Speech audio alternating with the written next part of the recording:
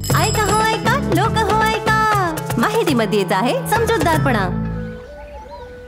आज इतका उशीर का? माझ्या बायकोचा 8वा महिना चालू आहे ना, तर मी चेकअप साठी गेलो होतो म्हणून उशीर झाला. अरे हो, चेकअप व्यवस्थित झाले की नाही? त्या सगळ्यांप्रमाणे मी आणि माझी बायको ओपीडीच्या लाईन मध्ये आमचा नंबर येण्याची आरामात वाट पाहत होतो.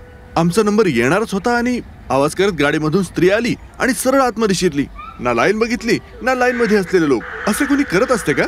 मग तू काय केलंस? काय करायचे होते आत्या? तुम्ही समजावून सांगितलेल्या गोष्टी तर आम्ही गाठ बांधून ठेवले आहेत.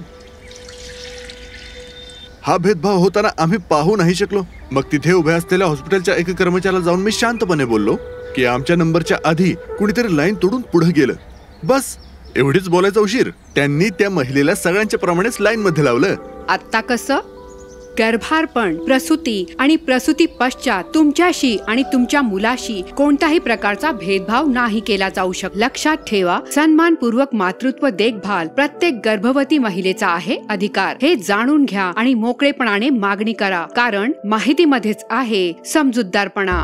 ऐका हो ऐका, लोक हो ऐका, माहितीमध्ये येत आहे समजूतदारपणा.